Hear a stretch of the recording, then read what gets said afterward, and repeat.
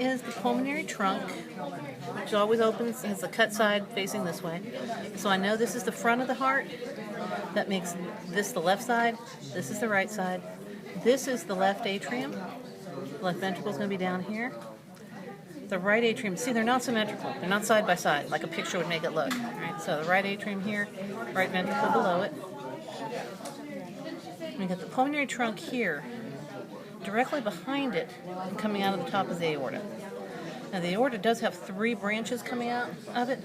Normally we get about 2 like this, or sometimes we don't. Sometimes that gets cut real short. But either way, you can see those are the same blood vessel. Then going down here into the right atrium is the superior vena cava. Blood from above the heart drains into the superior vena cava into the right atrium.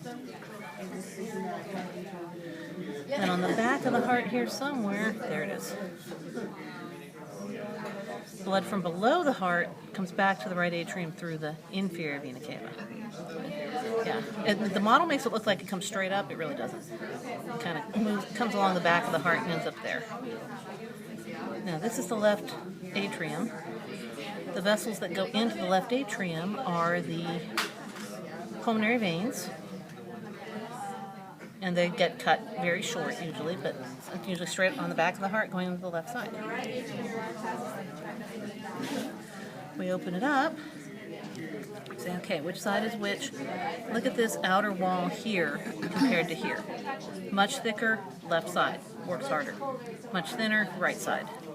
So this is the right ventricle, this is the septum, and this is the left ventricle. And then the distinction between the ventricle and the atrium,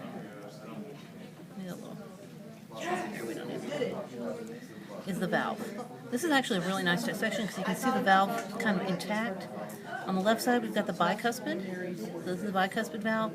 Those are the chordae tendineae, and they attach to the papillary muscles here. Which means on the right side, what got here is what looks like a little bit of dry blood. The right side, the valve kind of usually gets buried in there, especially with this little chunk of blood in there.